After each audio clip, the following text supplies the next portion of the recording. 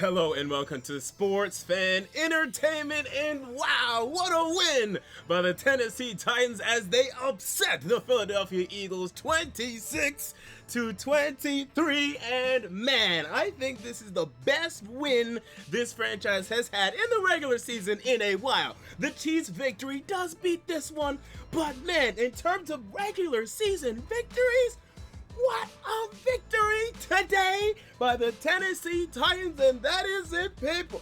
The Tennessee Titans are AFC contenders. Now, we still have some problems and a couple of problems, and the biggest problem that we all know and we're going to discuss. But this is what I'm talking about when we brought in this new coaching staff. And I'm going to get to Mike Vrabel. Let's start with him. When we brought in this coaching staff, this is what we wanted. You remember, when we initially hired Mike Vrabel, I didn't like the hire because he was not a very good defensive coordinator for the Texans last year. They had one of the worst defenses in the league. And I didn't think he was going to come in and help the offense particularly. But what did he do? He hired a great offensive coordinator in Matt LaFleur, who I actually wanted to be our head coach. I was on the LaFleur bandwagon for head coach. He brought him in for offensive coordinator, and he also brought in Dean Pease to take over the defense. So Mike Vrabel is saying, hey, you know what? I'm a leader of men, and we're seeing that, by the way. I'm a leader of men. Let me lead men. Let me get them excited, motivated, ready on game days. And let me let them, these two guys, worry about the schemes, worry about the planning. I'll let them do that because that is not my strength. That is not my forte. And it's working. I mean, this is a beautiful trio I think we have right now of coaches, and you're seeing the result of that. 3-1 for the Tennessee Titans. Offense is getting it together. Let's go to our boy, Marcus Mariota. People. I mean, seriously. I don't want to hear anything about this guy. Now, he had the one interception today, but Jesus Christ, he led us back from 17-3. He led us to tie the game, actually to go ahead 20-17, and then led us to win the game in overtime, a game-winning drive. This guy is leading the NFL in most game-winning drives since the beginning of 2017. He's a damn beast. He's an absolute bona fide franchise quarterback in this league, people. When Marcus Mariota drops back, I have the utmost confidence that he will deliver. And man, pay him tomorrow. I would not be upset if they extended him tomorrow. I believe in him. Now, we do need to see him stay healthy. That's the one thing. But man, he's looking good in this offense, man. This is what we were dreaming of. And this is what we got today. Marcus Mariota back in the franchise quarterback room. I thought he was always there. I've never wavered on Marcus Mariota. A lot of y'all have. I don't want to hear it. The guy's a beast, and hopefully he can start moving towards the elite. And move towards, maybe not get there, but move towards the elite discussion as this season continues. Corey Davis. Hey, welcome to the NFL, Corey Davis. Finally, the breakout game for Corey Davis.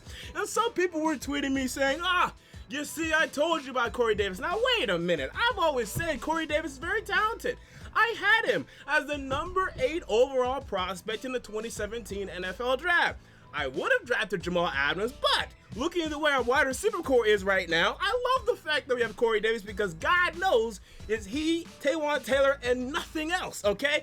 So Corey Davis, 161 yards, game-winning touchdown. He climbed the ladder. He brought it down.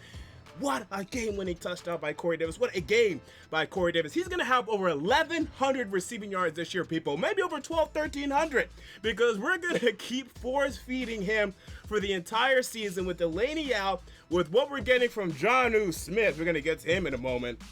We're going to have to force feed Corey Davis. And it looks like he's ready to go. Now, hopefully, please God, Lord Almighty, hopefully he can stay healthy because he's going to be getting a lot of production. He's going to be taking a lot of hits. So hopefully he can withstand that. But man, he is now arrived. He is in the discussion. Hopefully he make a Pro Bowl push. I think he can because he's going to be getting a hell of a lot of volume, man. He's going to be getting a ton of volume. Corey Davis, here you go. Eat. This is our move. Now, the problem is it's going to get a little predictable, but if you can continue to win, continue to create separation, that's what I saw today. today, I think we're going to be fine in terms of that aspect. So, Corey Davis, breakout game. Thank you, game ball. You and Mariota, you get to split it. Thank you, Corey Davis. Taywan Taylor, he stepped up today. Now, I don't think he's a number 2 wide receiver yet. I think he can progress to that. I think he's a number 3 and a good number 3. Now, unfortunately for us right now, he's our number 2. I don't love that. But Corey Davis, today he was a wide receiver 1. I like that. I think he can be. I think he will be. We're fine there. Now, for the rest of the offense, we got problems. Oh, Jesus, we got problems. Okay, Mariota, Davis, Taylor, they're fine. Outside of that, people, we got problems. Now, I know Tajay Sharp caught a touchdown today, and it was a nice move. But the guy is just out there running routes. He's not getting open. He's not doing nearly enough right now. And then Darius Jennings, one of the worst drops you'll ever see. Over the middle of the field, if he caught that, we win the game. Now, we won the game anyway. If he caught that, we win the game, all right? We're going to go all the way down like 15-yard line. We're going to punch it, and we're going to win the game. A horrible drop by Darius Jennings. And this is why I changed my pick. Remember, I was on the Titans winning this game last week. I said at the end of my recap video, I like the Titans to win this game. But then when the Rashard Matthews thing happened, and again, I don't think Rashard Matthews is very good. I've said that. But now we're going to be throwing out Darius Jennings. And although Rashard Matthews is not good, he's still better than Darius Jennings and Nick Williams. These two guys are just out there running around. Like, there's no chance in hell of them actually doing anything. And them actually catching a ball. There's no way. They're just figureheads running around in the open field. This is not good. Okay, so we got to add somebody, man. This is not okay. That was the worst drop I've ever seen, next to Jonnu Smith. Now, here's the thing.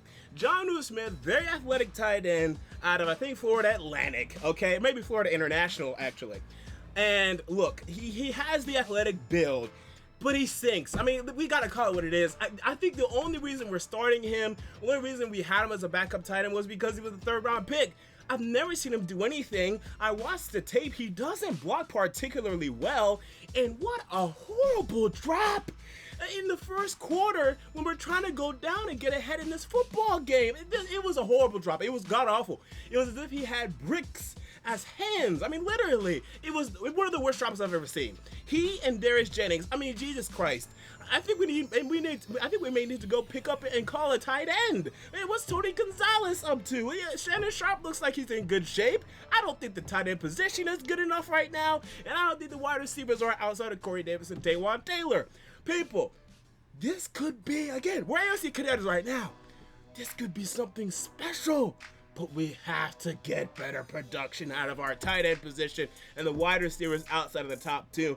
We got to, please. Because, again, although I do have faith in Davis, teams are going to recognize, oh, wait a minute, those are the only 2 guys that will ever do anything. Let's dedicate more safeties to them. Let's dedicate even linebackers to them. Let's take them out of the ball game, force Jonnu Smith and other clowns to make plays. They won't make plays. All right, so that's going to be a problem. Now, luckily, let's get to the run game now, okay? Dion Lewis in the run game. Now, Dion Lewis in the receiving game, I love it, okay? So that's our 3rd best receiver is Dion Lewis, and it's not even close, okay? It's not even close. So Dion Lewis, fantastic in the open field, but we can't run the football. Now, I'm going to give us one more shot here, okay?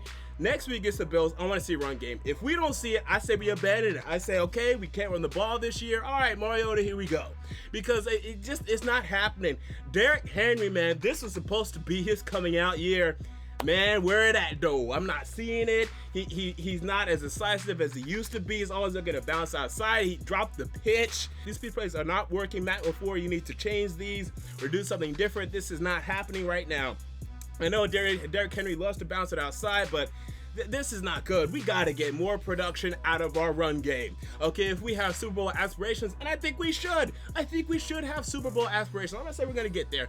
I'm saying we should have those aspirations. We just beat the reigning Super Bowl champions with Carson Wentz at the helm. We should have Super Bowl aspirations. Okay, so we gotta do something about the run game. It's gotta get going. We're going to Buffalo. Okay, it's still early in the year. It ain't cold yet. I gotta see the run game get going. If it don't get going next week, maybe we should call for Le'Veon Bell. I mean, maybe we should call for Le'Veon Bell because, again, I think we could have something special here. So some discussions need to begin in terms of that aspect. Because if we did get Le'Veon Bell, okay, now we don't have to throw as much because Le'Veon Bell behind this offensive line, behind Conklin and Taylor Lewan, Marcus Mariota at the helm, the conversation's going to begin. You got one more week, Derrick Henry, Dion Lewis, and run game. You better show up next week. Defensively, Harold Landry. Oh man, we may finally have an elite pass rusher in Tennessee once again. Harold Landry bending that edge, coming across hot, man. Jesus Christ, what a sack he had today. You even saw Sharif Finch getting involved in terms of the pass rush. Orakpo doing some things. He got the strip. Unfortunately, it was not recovered, but he got the strip, so he's still active. Derek Morgan doing their things, but Harold Landry, that's a pass rusher of the future. If you're asking who's going to be the number one pass rusher for the Titans moving forward, it's Harold Landry. It wouldn't shock me if he outproduces Orakpo and Morgan this season. In fact, I say he will. And Kamale Correa, he's still doing his thing. Okay, he's still getting it. Good. I was impressed by the inside linebackers today. Jayon Brown is making plays. He's pass rushing, doing decent in coverage. We need to do better in coverage. And the thing is with this defense, right? It's Dean P's defense, and the thing is, it's a bend but don't break defense, and I'm okay with that because we've been having good results with that. Now we need to improve when it comes to the middle of the field, and it's on these linebackers to get into passing lanes, right? To recognize when tight ends are behind them running seam routes, running crossing routes, running slants, etc. And right now, they're not doing that. Rashad Evans was especially bad at that today. You gotta get in the passing lanes. You can cover a zone, that's fine. But you need to recognize, okay, this tight end is gonna be behind me running a seam. I need to position myself this part of the zone so that they cannot continue to complete these tight end completions that they're getting again and again and again and again today. Zach Ertz, Dallas Goedert, they were killing us today, especially Zach Ertz. We gotta improve there. And Rashad Evans is not a coverage linebacker. So that's something that is gonna continue to struggle on, and that's fine. But he also did not play particularly well against the run today. There was one specific run, Wendell Smallwood to the left side. Rashaan Evans was supposed to have that contained. He was on the outside there. He got completely lost. Wendell Smallwood bounced it outside, and then it was on, I think maybe it was Kendrick Lewis, kind of making the tackle outside. That should have been Rashad Evans all day. So Rashad Evans, still rusty, still needs to step it up, but I love Jayon Brown. Wesley Woodyard went down. Hopefully he's okay. Hopefully he can come back soon. Kenny Vaccaro, same thing. But linebackers right now, I love the linebacker play. Love Jayon Brown today. Even, Will Compton was doing some things today. Now, cornerbacks Malcolm Butler continued to struggle. And look, I believe he believed that he was going to have safety help there. Why are we having so many miscommunications when it comes to Butler and his safety help? We need to iron these out defensively. D&P, sit Malcolm Butler down. Let's figure this out. This is getting ridiculous. This is the third touchdown Malcolm Butler has allowed this year in 4 games. This is absurd. He's going to allow 12 touchdowns this year. That's what he's on pace for. Ridiculous. No. Can we improve there, please? This is ridiculous. Adoree Jackson. He's the best cornerback on this football team. It's safe to say I was wrong on Adoree Jackson, and that's fine. Good. I'm happy about it. Logan Ryan's doing okay. I'm okay with Logan Ryan right now.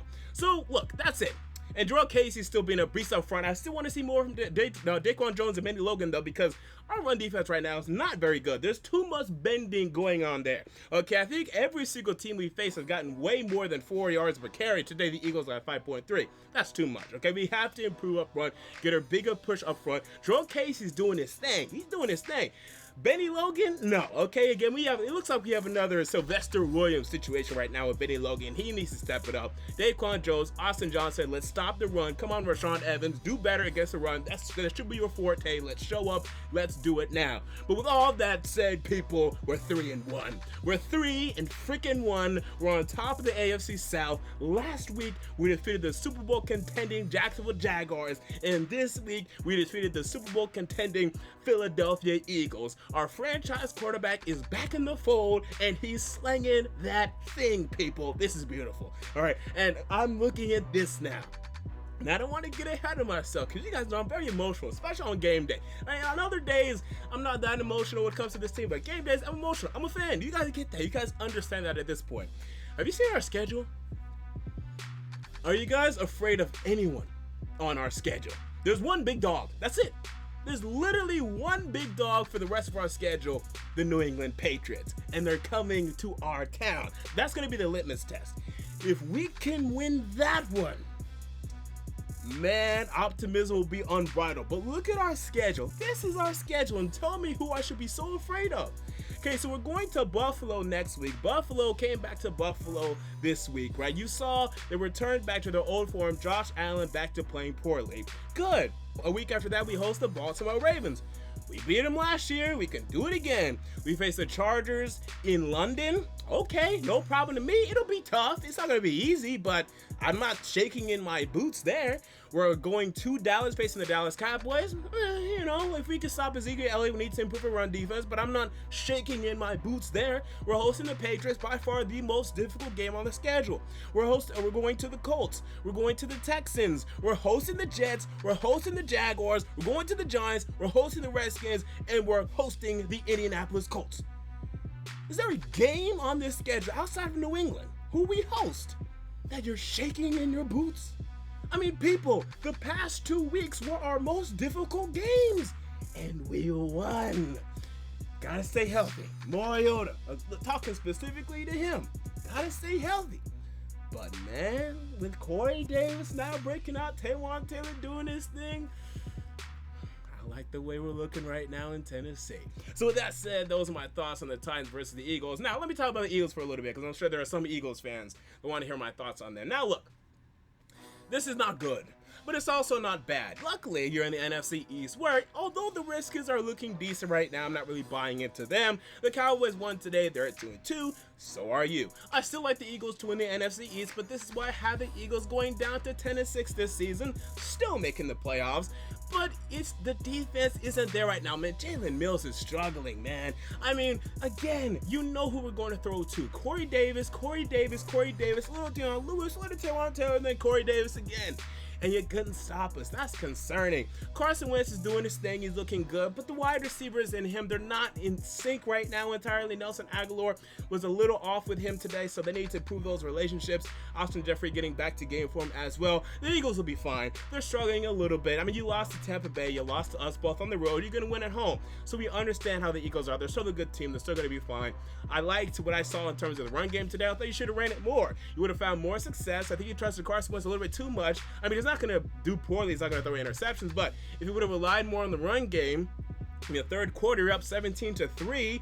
You put us to sleep. You may win this game. So I think you guys are a little too pass happy in this football game. Thank you for that. But I still think the Eagles will be fine. But right now, if those are your struggles, that is what I would address.